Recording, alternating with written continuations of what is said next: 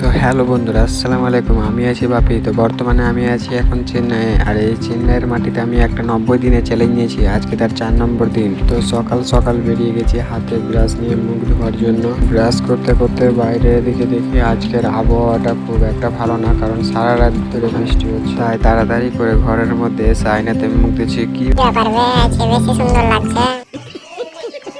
আর হালকা বৃষ্টি ছুটলে আমরা চলে যাই সবাই মিলে চায়ের দোকানে চা খাওয়ার জন্য। দোকানে এসে কোনো রকম চা খাওয়া দাওয়া করে ঘরে আসি, আর ঘরে এসে দেখি ভাই আজকে বাইরে বৃষ্টি ছাড়ে না। তাই আজকে আর এই বৃষ্টির মধ্যে কাজ হবে না, কাজ হবে না। তো অনেকক্ষণ পর বৃষ্টি ছাড়ার পরে একটা খারাপ সাইকেল ছিল আমাদের, আর সেটাকে সারাতে নিয়ে যাচ্ছি আমি আমার মামার দোকানে। সাইকেলটা দোকানে নিয়ে যেতে যেতে রাস্তার মধ্যে এত সুন্দর সুন্দর ভিউ দেখছিলাম ভাই, কি বলবো।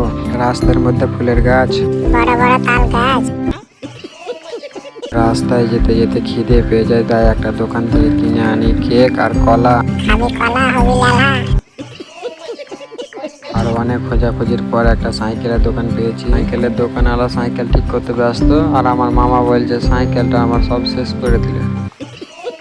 সাইকেলের দোকানে 1 ঘন্টা ধরে ভাই বসে আছি, তাও দেখছি বৃষ্টি ছাড়ে না। কি ব্যাপার বে, আজকে চেন্নাই বান লেগে যাবে নাকি?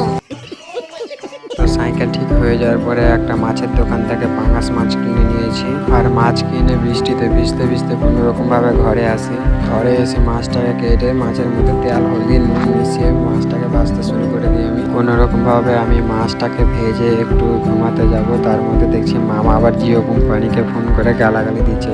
সালার বাটা সালা নেট চলে না কেন বে? এদিকে দেখি মাছ রান্না কমপ্লিট হয়ে গেছে, তাই আর দেরি না করে মাছ ভাত খেতে বসে যাই। তো ভিডিওটা যদি ভালো লেগে থাকে তাহলে লাইক কমেন্ট শেয়ার করে দিও এবং আমার পেজটাকে ফলো করে দিও। দেখা হচ্ছে নেক্সট ভিডিও।